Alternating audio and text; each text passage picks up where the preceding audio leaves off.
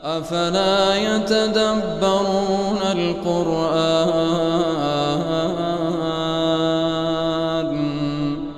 ولو كان من عند غير الله لوجدوا فيه اختلافا كثيرا.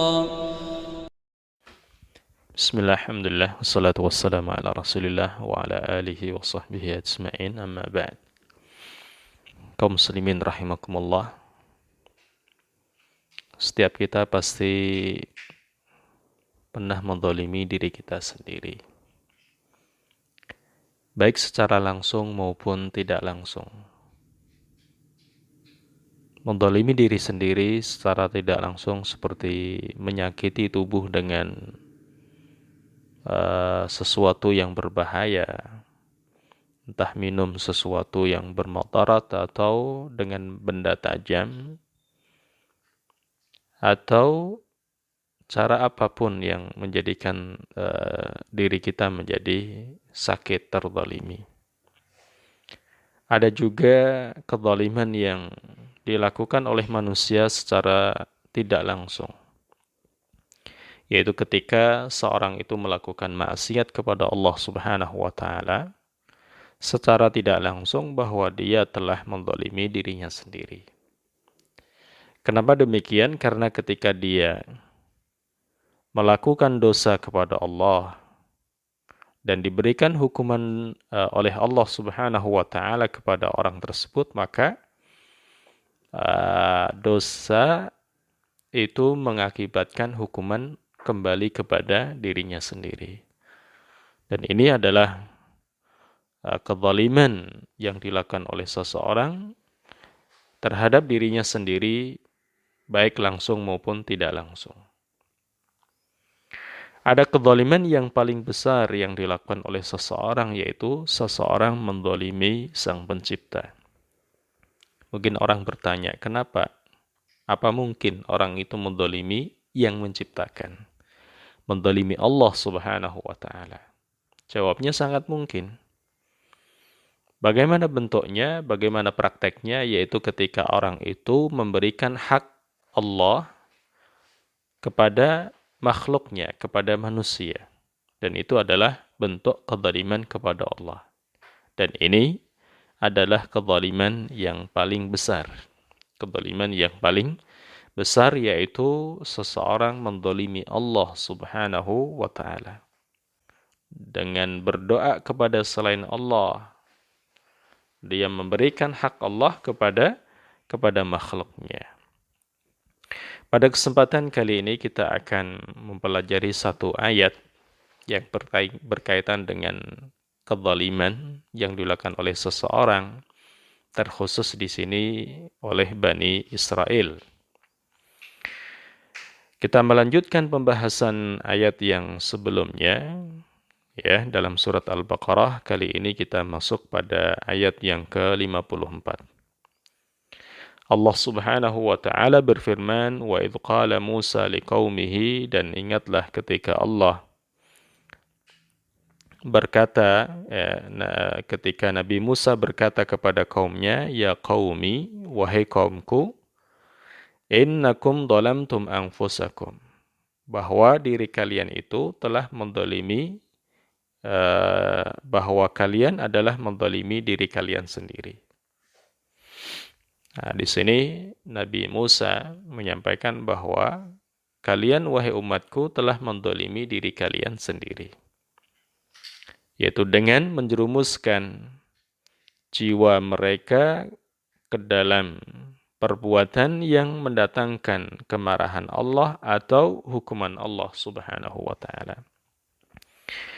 Kemudian dinyatakan apa itu bentuk kezalimannya, bittikhadhikumul ijla, yaitu dengan menjadikannya kalian anak sapi sebagai sesembahan.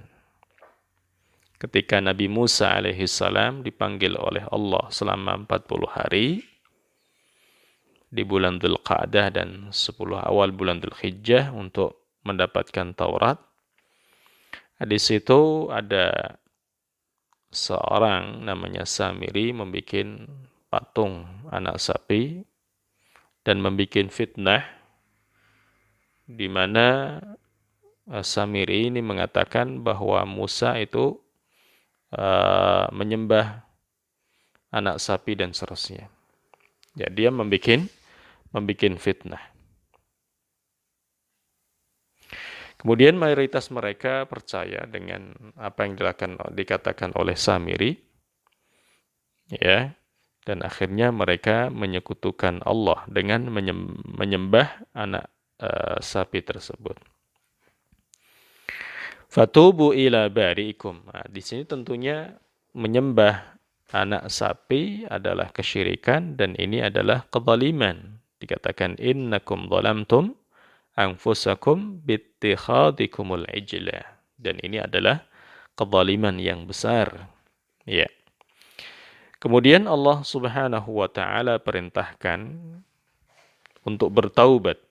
Fatubu ila bari'ikum, maka taubatlah kalian kepada yang menciptakan kalian.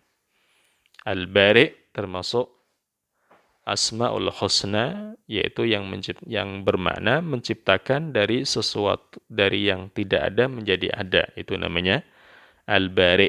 Ya. Bagaimana bentuk taubat yang Allah syariatkan untuk Bani Israel? Faqtulu anfusakum, maka salinglah membunuh jiwa kalian. Nah, tentunya di sini yang dimaksud bukan membunuh diri sendiri, tetapi seseorang diperintahkan untuk membunuh satu dengan yang lain. Dan ini amatlah berat ya.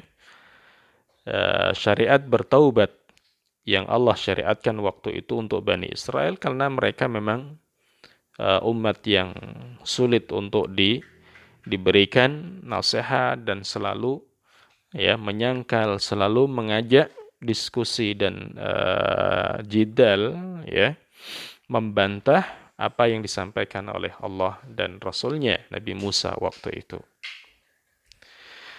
Dikatakan oleh Mujahid,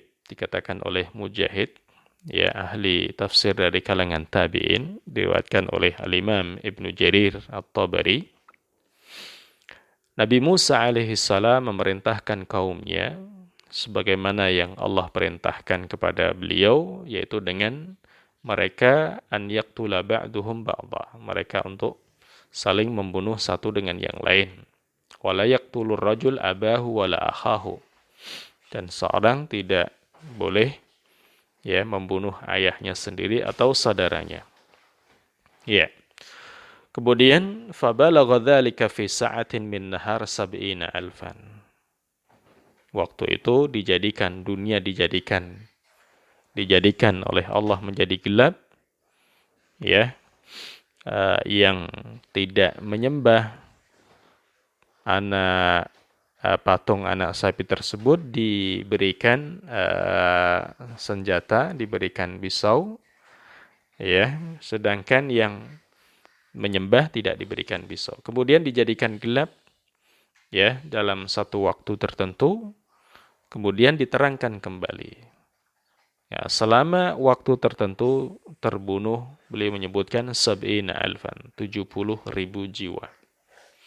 Ya, 70,000 jiwa. Abul Aliyah menyebutkan qatiba 'alal qatil wal maqtul. Maka semua setelah dinyalakan kembali, dunia itu dijadikan terang oleh Allah Subhanahu wa taala, maka semua diampuni oleh Allah Subhanahu wa taala. Ada satu faedah yang agung yang disebutkan oleh Al-Imam Al-Qurtubi dalam tafsirnya, ma an'ama Allahu 'ala hadhihi al-ummah ni'matan ba'da al-Islam hiya afdal min at-taubah. Tidaklah Allah Subhanahu wa taala memberikan nikmat kepada umat Islam ini, satu nikmat setelah nikmat Islam yang lebih besar daripada bertaubat. Kalau kita menengok, ya, taubat yang Allah syariatkan untuk Bani Israel sangatlah berat. Adapun di umat Nabi SAW, ya, pertama, kata beliau, nikmat yang besar adalah Islam. Yang kedua, nikmat yang sangat besar setelah Islam juga kemudahan umat Islam untuk bertaubat kepada Allah Subhanahu wa taala. Kalau seorang mengakui kesalahannya, kemudian bertekad kuat untuk tidak mengulangi, menyesali dan berusaha untuk tidak kembali, insyaallah taubatnya diampuni oleh Allah Subhanahu wa taala. Dzalikum khairun lakum inda bari'ikum, ya, dengan saling membunuh, ya, dan itu adalah syariat taubat yang Allah berikan waktu itu lebih bagus daripada di sisi Rabb kalian, daripada minal khulud al-abadi finnar, daripada kalian tidak mau bertaubat dan kesyirikan itu menyebabkan seorang berada di dalam neraka jahanam, ya, kekal abadi. Kemudian Allah Subhanahu wa taala menyatakan fataba alaikum. Fataba alaikum, kemudian Allah terima taubat kalian, innahu huwa tawwabur rahim, dan dialah Allah zat penerima taubat lagi maha penyayang. Di sini faedah yang agung buat kita. Yang pertama, tidak boleh bagi kita menzalimi diri kita sendiri. Yang kedua, orang yang melakukan kezaliman